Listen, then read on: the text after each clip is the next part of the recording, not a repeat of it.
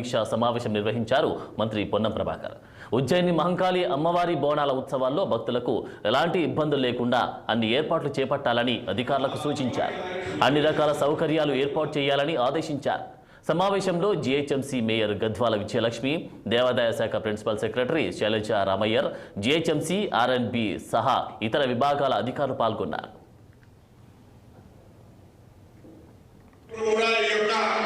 అమ్మవారి